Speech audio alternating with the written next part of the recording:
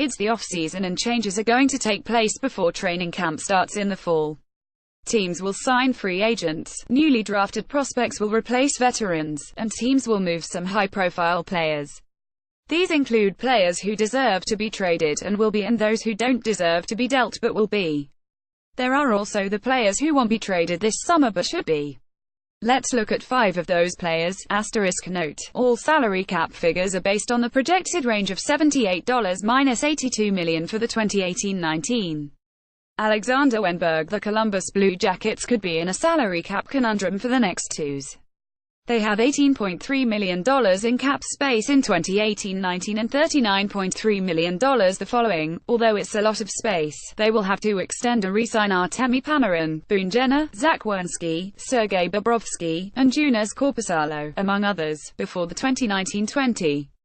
Both Artemi Panarin and Sergei Bobrovsky need new contracts before the 2019-20.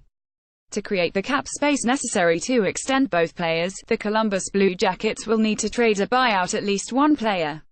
Sergei Belsky. USA Today Sports 7. With conservative estimates, and not including their other free agents, Columbus will barely have enough space to re-sign everyone. Besides banking on another increase in the salary cap in 2019-20, the Blue Jackets will be left with few options. Trading one of both Brandon Dubinsky and Nick Foligno, each with a cap hit of at least $5.5 million, would be ideal, but both have no movement clauses (NMCs) in their contracts. That means neither are tradable without consent. However, one valuable Blue Jacket who doesn't have trade protection is center Alexander Wennberg. Why trade the 23-year-old Wennberg? Signed through his age 28, Wennberg recently finished year 1 of a 6-year deal that has a $4.9 million cap hit. After posting career highs of 13 goals and 59 points in 2016-17, he regressed to just 8 goals and 35 points in 66 games in 2017-18. Both his goals and points per game (PGP) rates were the lowest since his rookie in 2014-15. After regressing in 2017-18, Alexander Wennberg could be a trade candidate for the Columbus Blue Jackets to create cap space. Amy Irvin, the hockey writer, averaged over 18 minutes of ice time per game similar to 2016-17. His shooting percentage dropped slightly from 2016-17 but was still higher than his career average, and his 5-on-5 metrics were stellar. His 53.9% Corsi was third among Columbus forwards with at least 500 5-on-5 minutes. The team also controlled 64.4% of 5-on-5 goals with Wennberg on the ice, 6th highest in the league among forwards with 800 minutes. The biggest reason to move Wennberg is his cap hit, which is higher than Sean Couturier, Rickard Rakell, and Victor Arvidsson, who are all on long-term contracts and were more productive in 2017-18 than Wennberg.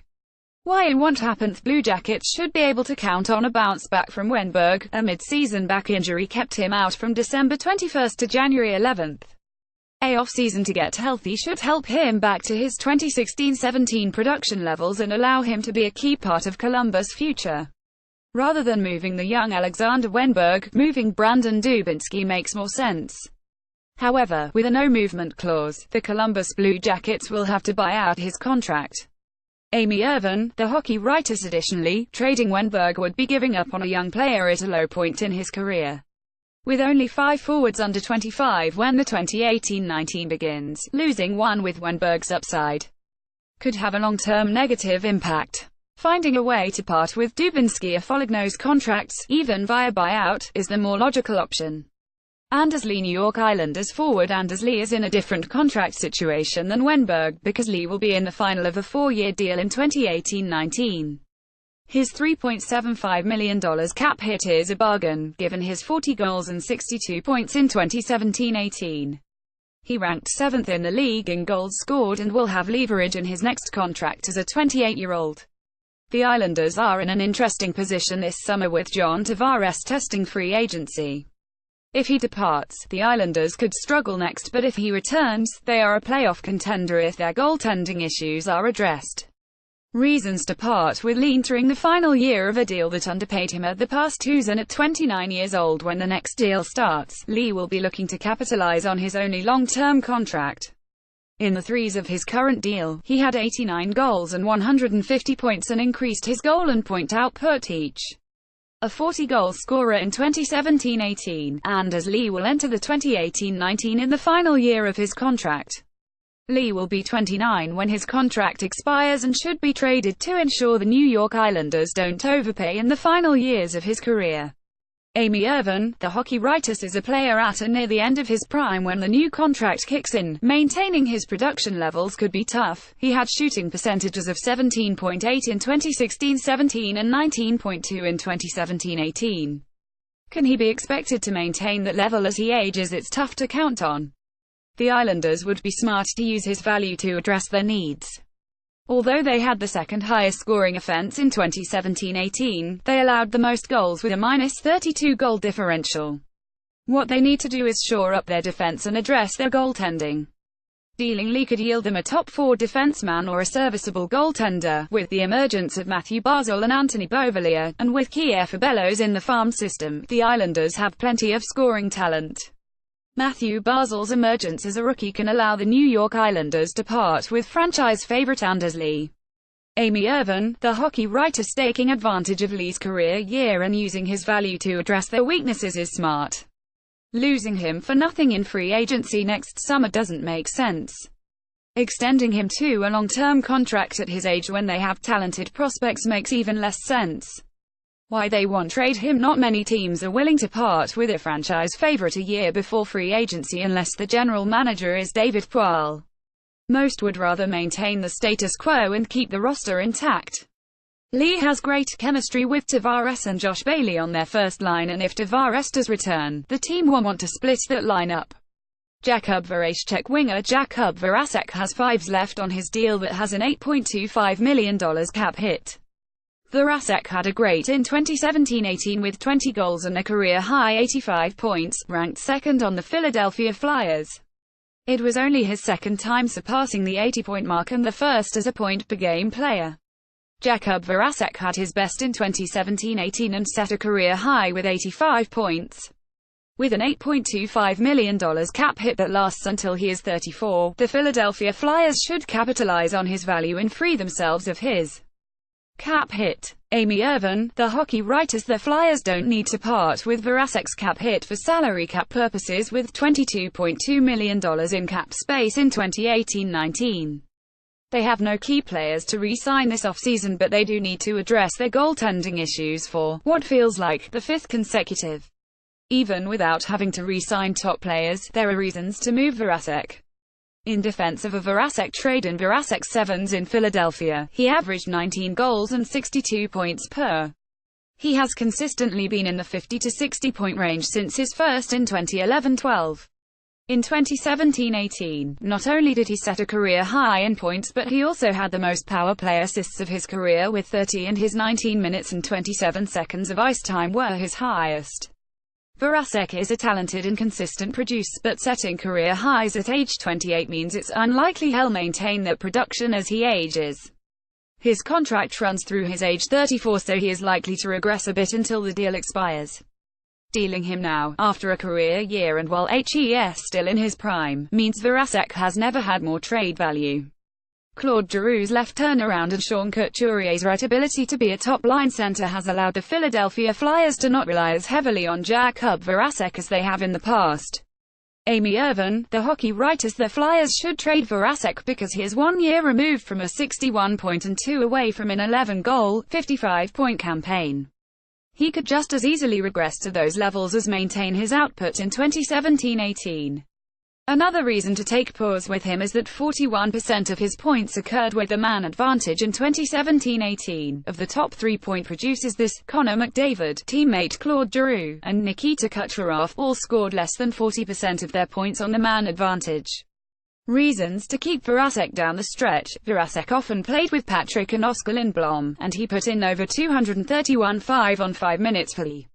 Together, they were dominant with a 55.0% Corsi and controlled 57.8% of shots, 58.8% of goals, and 53.0% of scoring chances. With how well the Flyers' top line of Giroux, Couturier, and Travis Konechny gelled, keeping Voracek's line intact makes sense. Chris Letang. Pittsburgh Penguins could use the relief of trading away Chris Letang's $7.25 million cap hit. They could have $9.7 million in cap space next but need to re-sign 6 players this summer including Tom Kuhnl, Brian Rust, Riley Sheehan, and Jamie Oleksiak. All but Sheehan are due for raises which will absorb some of that cap space, and then there are teams' other needs that have to be addressed. Chris Letang played the second most games of his career in 2017-18 and was productive. With contract questions looming, losing Letang's $7.25 million cap hit will make re-signing their free agents easier. Amy Irvin, the hockey writer Letang had a strong 2017-18. He played the second most games of his career and posted the third most points with 51. He accomplished that while playing 25 minutes and 20 seconds per game, his fewest since the 2013-14. But already 31 and under contract until he is 34, and because of his lengthy injury history, now is the time to move Letang. Capitalize on his great season on the surface, Letang had one of his bests. Yet underneath it, he struggled. His .11 goals per game was his lowest since 2010-11 and his .65 GP was his lowest since 2013-14. His -19 turnover margin during 5-on-5 play was a career worst, as was his -9. And it gets worse. While Letang was a possession monster in 2017-18 with a 55.1% Corsi at 5-on-5 and generally has been, the Penguins couldn't prevent goals while he was on the ice. With a -22 goal differential at 5-on-5, the team controlled 41.7% of goals with Letang deployed. Among defensemen with at least 1,000 5-on-5 minutes, that rate is the lowest on the team and 7th worst in the league. The same holds true while he was paired with Brian Dumoulin. Together the team controlled 43.9% of 5-on-5 goals, third lowest among pairs with 800 or more shared minutes. They managed that low rate while having the 5th highest Corsi 54.7% and starting in the offensive zone 55.3% of the time, 2nd highest.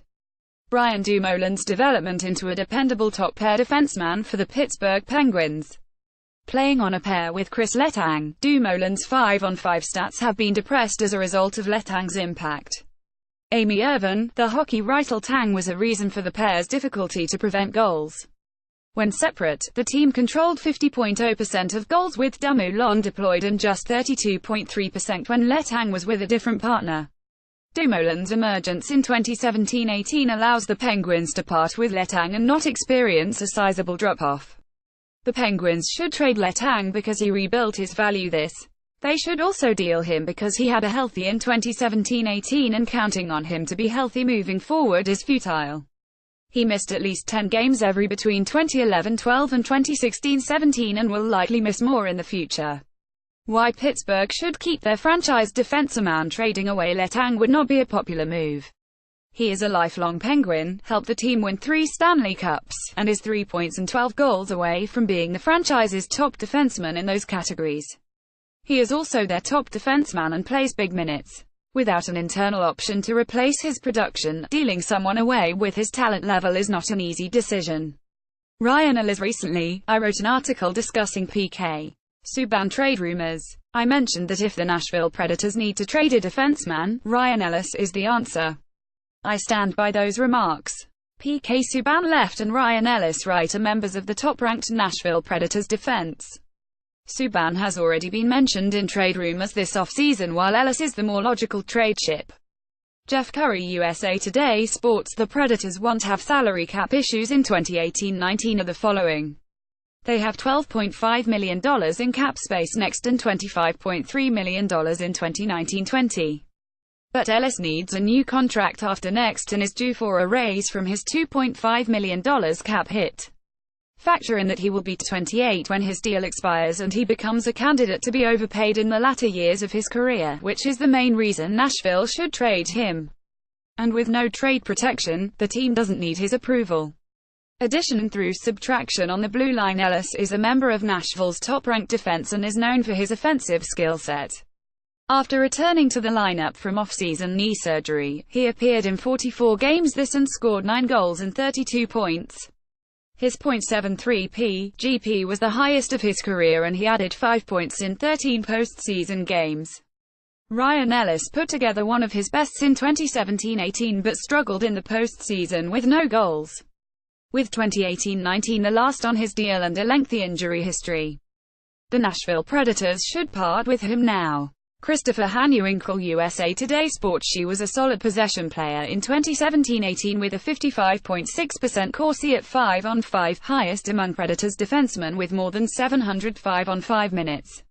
Nashville controlled 64.3% of goals with Ellis on the ice. Fast forward to the playoffs and it was a different story with a 47.8% share of goals. That occurred while his pairing with Roman Josi started in the offensive zone more than any other Nashville defense pair. The Predators should trade him because, as usual, they have internal options to replace him, including Dante Fabro, who will likely be in the NHL in 2019-20. With talented defensemen in their system who can be productive immediately, Ellis is expendable. Like Letang, Ellis has been injury-prone throughout his career and has never played a. In 2016-17, he missed 11 games and he missed 38 in 2017-18. Using Ellis to either address their need for forward depth or to add draft picks or prospects is smarter asset management than letting him depart in free agency for nothing next summer or, even worse, offering him an extension. The development of defense prospect Dante Fabro allows the Nashville Predators to part with blue liners that other teams would never consider. Dennis Pageau, Hockey Canada Images. Nashville should keep its defense together despite how dominant the Predators' defense was during the regular. They struggled in the playoffs. Only 3 of their defensemen scored in the postseason, and both Ellis and Josi went without goals. Yet, in spite of their struggles, Nashville's defense remains the league's best. Bringing the group back in 2018-19 with added depth, and potentially splitting up the top 2 pairs is what will give Nashville the best shot at the 2019 Stanley Cup. *All stats came from Hockey Reference, Corsica, HockeyViz, and Natural Stat Trick.